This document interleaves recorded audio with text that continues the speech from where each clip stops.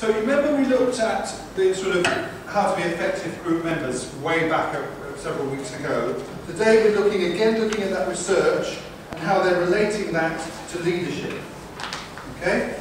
Because the same research which we looked at in relation to what Bozard and Bales talked about is also linked to leadership.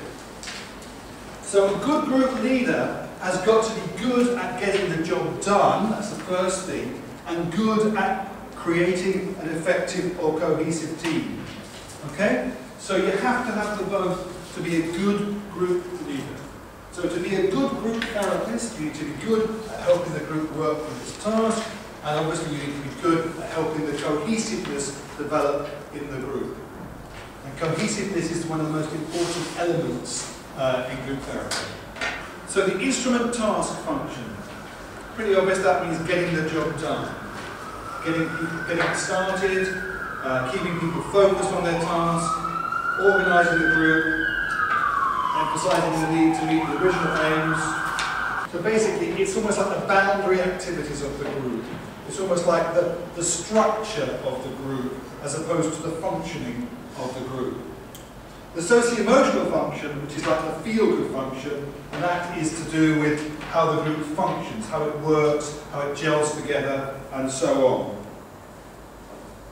And so there the leader or the therapist is very much concerned with ensuring that everyone's needs in the group are met, that it's sensitive to the feelings of members in the group, and the therapist, the leader, can be effective in terms of mediating disputes, encouraging and supporting other members, using humour to relieve tension. So then I just want to now look at a classic study of leadership that was done by Louis, Lippitt and White in 1939.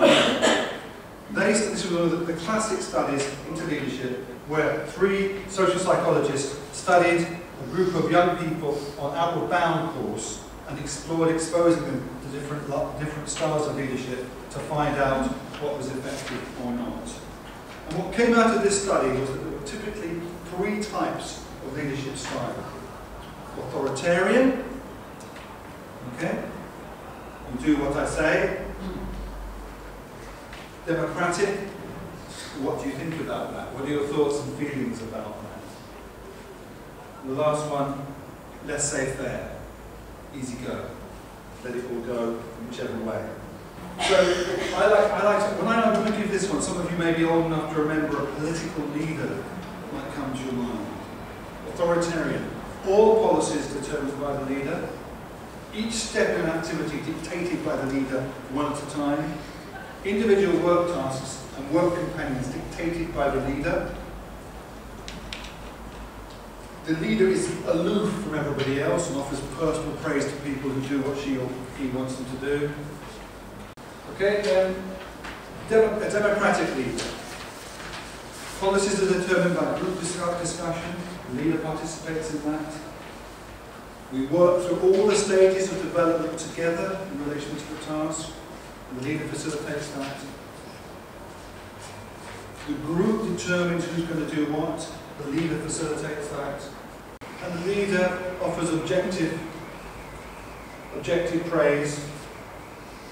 And the leader is a member of the group without taking up all the work. So that's the second sort of leadership style.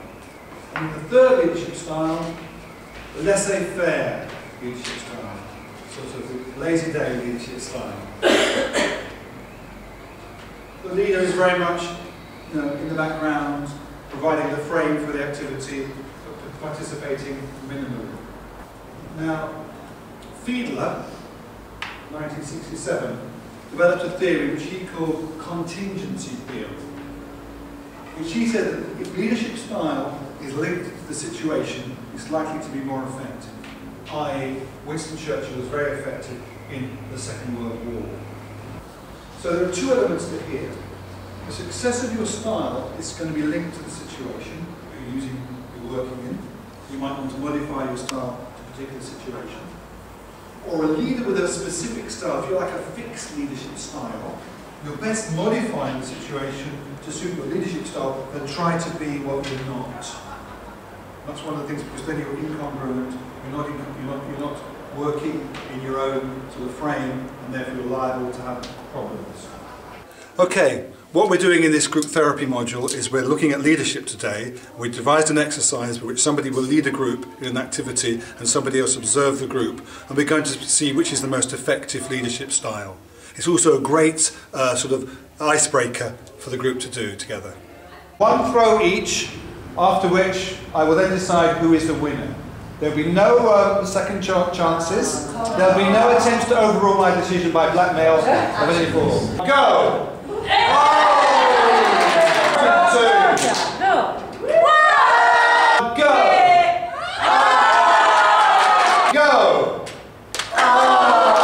So now I'd like the observer to give the feedback to the leader in each group about their leadership style and how effective it was. And you have 5 minutes to do that. Thank you.